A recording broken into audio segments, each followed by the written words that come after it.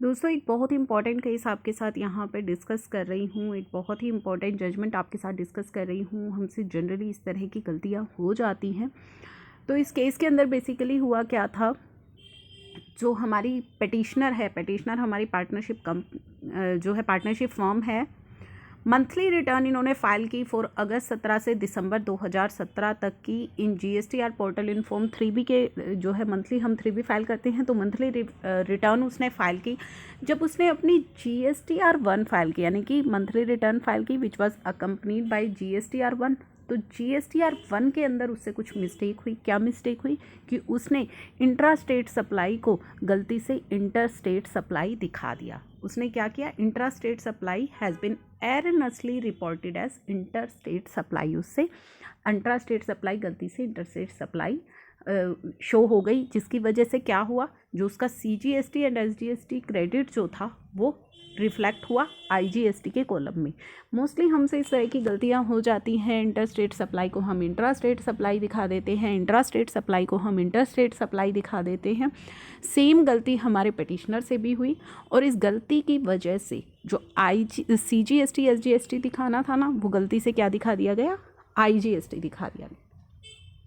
तो ये एरर उससे हुई, और ये एरर हमारे पिटिशनर को कब पता चली, जब उसके कस्टमर ने उसकी नॉलेज में ये एरर डाली। क्योंकि जब हमारा कस्टमर अपना ITC क्लेम करेगा तब उसको पता लगेगा कि इस तरीके से वो क्लेम गलती हुई है, वो क्लेम नहीं कर पाया। तो when customer brought to the notice that tax credit जो है वो IGST कॉलम के अंदर रिफ्लेक्ट हो रहा है instead of CGST and SGST, जिससे कि कस्टमर को दिक्कत हुई ITC क्लेम करने में। तो उसने पिटिशनर को बताया। अब क्या हुआ, पिटिशनर ने रिक्वेस्ट सबमिट की डिपार्टमेंट के पास कि आप मुझे GSTR 1 को अमेंड कीजिए ताकि GSTR 1 में जो गलतियां हुई हैं वो ठीक हुई और हमारा कस्टमर क्रेडिट ले पाए।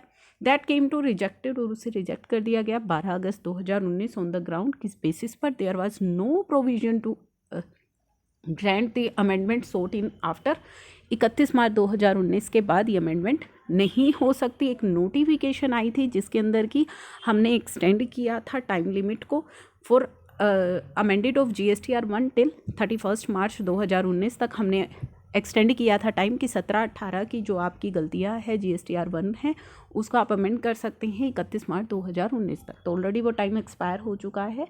तो इस बेसिस पर उसकी एप्लीकेशन को, पिटिशनर की एप्लीकेशन को डिपार्टमेंट ने रिजेक्ट कर दिया। तो यहाँ तक आई होप आपको कि समझ आ गया है कि क्या मिस्टेक हुई है पिटिशनर से।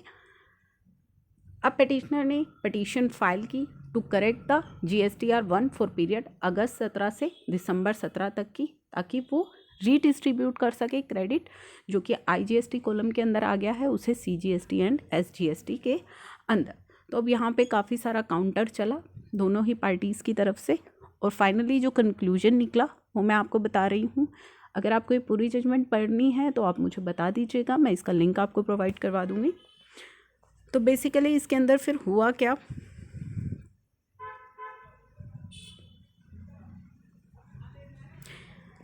इसमें जो फैक्ट्स नोटिस किए गए कि एक रजिस्टर्ड पर्सन जिसे अपनी 3B फाइल करता है, उस एक रजिस्टर्ड पर्सन को सेक्शन 39 सबसेक्शन 1 में रिटर्न फाइल करनी होती है इन फॉर्म GSTR 3B, और उसके जो कस्टमर वाइज डिटेल्स हैं, जो अपनी inward supply, inter state supply या आउटवर्ड सप्लाई जो अपनी 3B के अंदर दिखाता है, उसकी कस्टमर वाइज डिटेल्स वो अपनी GSTR 1 के अंदर दिखाता है, क्योंकि GSTR 1 के अंदर आप पूरा ब्रेकअप शो करते हैं।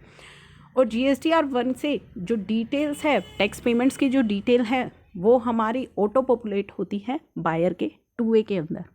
जो आप अपनी GSTR 1 के अंदर सप्लाई दिखाते हैं, टैक्स दिखाते हैं, वो आपके बायर के 2A के अंदर ऑटो पॉपुलेट हो जाता है। ये आप सभी को पता है।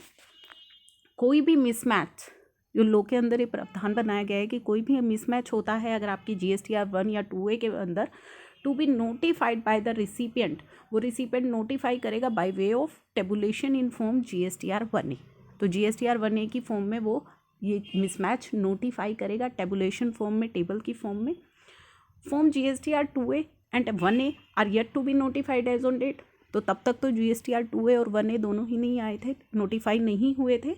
जो स्टैट्यूटरी प्रोसीजर लॉ के अंदर बताया गया है वही नोटिफाई नहीं हुआ था। तो वो चीज़ें यहाँ पे बताई, साथ ही बताया गया कि ये जो एरर है that was not deliberately done नहीं की गई, डेलिब्रेटली नहीं की गई, ना ही किसी तरह का कोई गेन लेने के पर्पज़ से की गई। ये तो पेटिशनर को कब पता चली, जब उसके कस्टमर ने उसके नोटिस में लाई।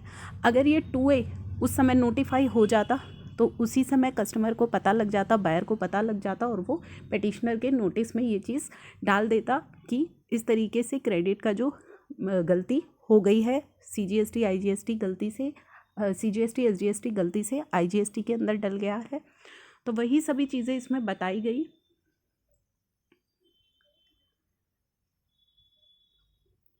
एडमिटली जो 31 मार्च 2019 है वो लास्ट डेट थी GSTR 1 के रेक्टिफिकेशन की। However the petitioner might have notice the error and sought amendment. अगर आपके 2A या 1A अगर नोटिफाई हो जाते तो उसी समय इस गलती का पता लग जाता एंड जो मिसमैच है between the credit in petitioner and supplier return का वो नोटिस हो जाता और टाइमली उस पर पॉसिबल एक्शन लिया जाता।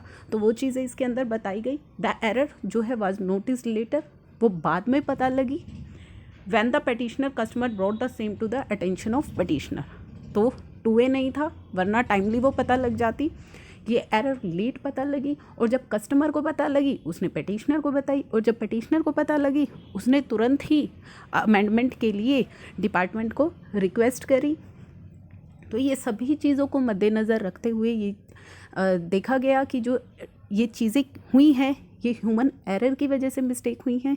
यहाँ पे किसी तरह की फ्रॉडुलेंट इंटेंशन नहीं थी, ना ही किसी तरह का कोई गेन लेने के लिए ये सब चीज़ें की गई, कोई बेनिफिट लेने के लिए ये चीज़ें की गई, कोई डेलिब्रेटली ये सब चीज़ें की गई।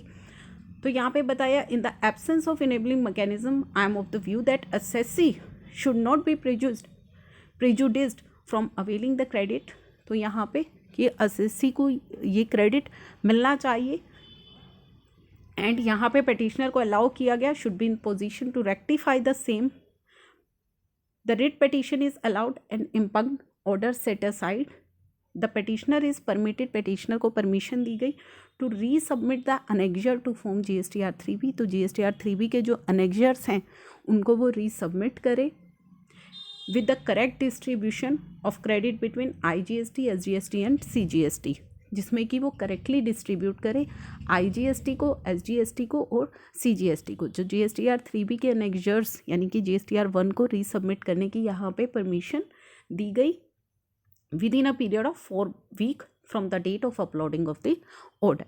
तो इसके अंदर आप देख पाएंगे कि जो हमारा पेटिशनर है उसके फेवर में जजमेंट आई कि पेटिशनर को अलाउ किया गया कि वो करेक्ट डिस्ट्रीब्यूशन करे टैक्सेस का और सभी अनेक्जर्स जो हैं जो GSTR 1 है उसको करेक्टली सबमिट करे with in a period of 4 weeks, यानी कि इस ऑर्डर के अपलोड होने के 4 हफ्तों के अंदर अंदर।